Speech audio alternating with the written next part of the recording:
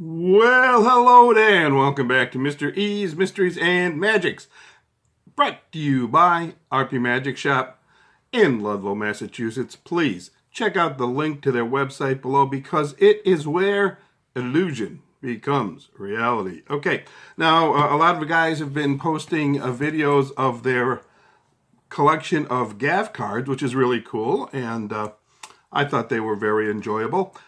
I'm not going to do that because the gaff cards I have, you've either already seen or they're pretty standard, you know, blank facers, double backers, stuff like that.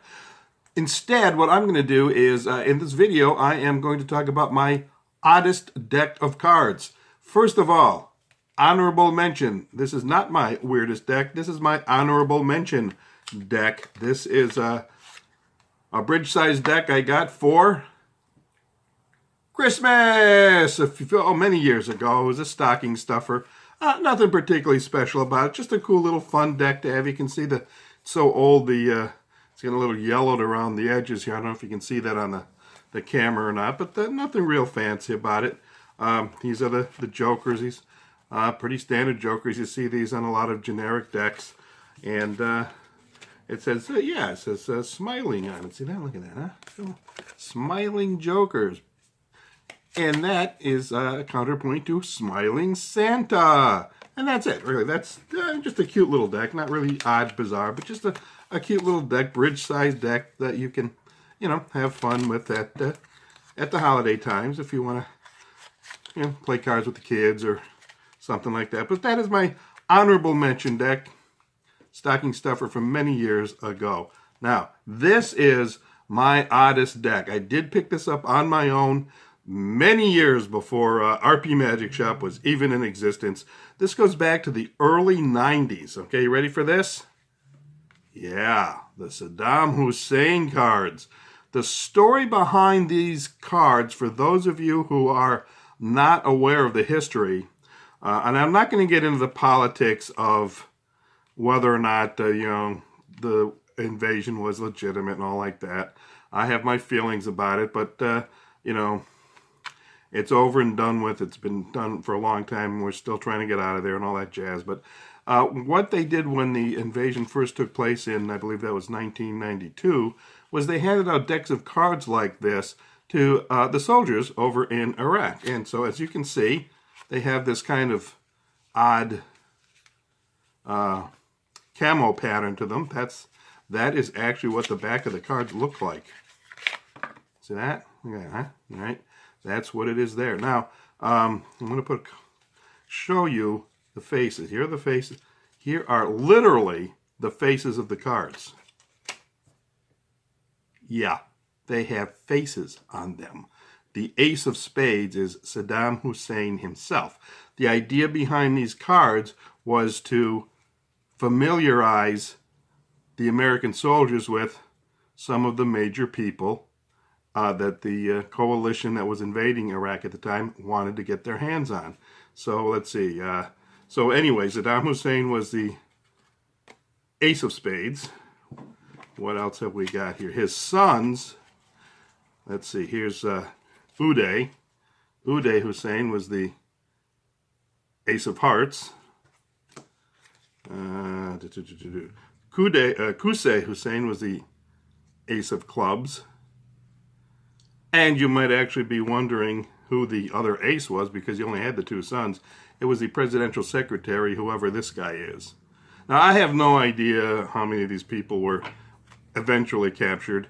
Here's one. They have several like this where there was no picture available, so they just put this blank face up. But they did have the name of the person and their titles in there so that you could look for that.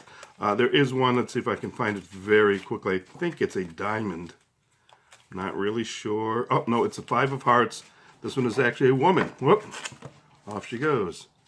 All right, that's the only woman that I know of, unless some of those cards with the blank faces on them, those dark faces, is a woman. It's hard to tell I'm not familiar enough with Arabic names to know a male name from a female name. This is Huda Salih Mahdi Amash. She was a weapons of mass destruction scientist for the Ba'ath Party and a regional command member. So she was a fairly high-ranking person, I guess, in the government, and someone who helped Saddam Hussein's weapons of mass destruction program. So that's one reason why they're weird, is because they have all these literally faces. All right, I'm wondering how many times these cards were used by soldiers to actually play games with. I don't really know. The jokers are kind of unusual. Here are the two jokers. Okay, now you see a lot of printing on them, which you probably can't make out. The black one here lists the Arab titles. For instance, a Clarisan is a tribal leader. Claricon, I'm not really sure how to pronounce it.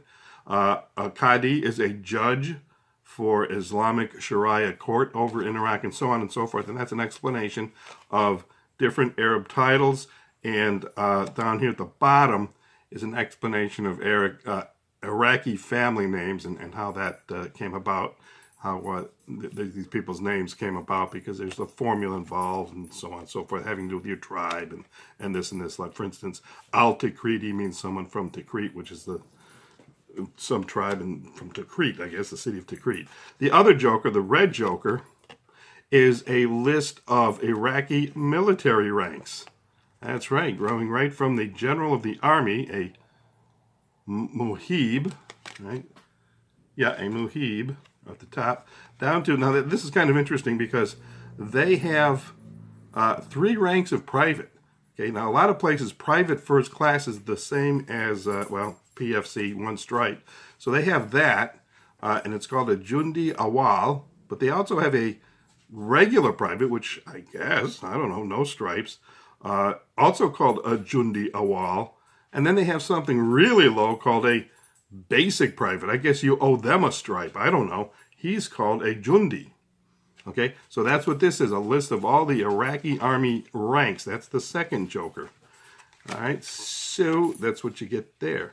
Now, it also has this kind of odd thing about it that I'll explain it to you in just a second, but you might be wondering what actually happened to Saddam Hussein. He was actually, for those of you who are too young to remember, and those of you who are not into the history of this particular mess that the U.S. got itself into, Saddam Hussein was eventually captured and taken to trial, and that's what's left of him.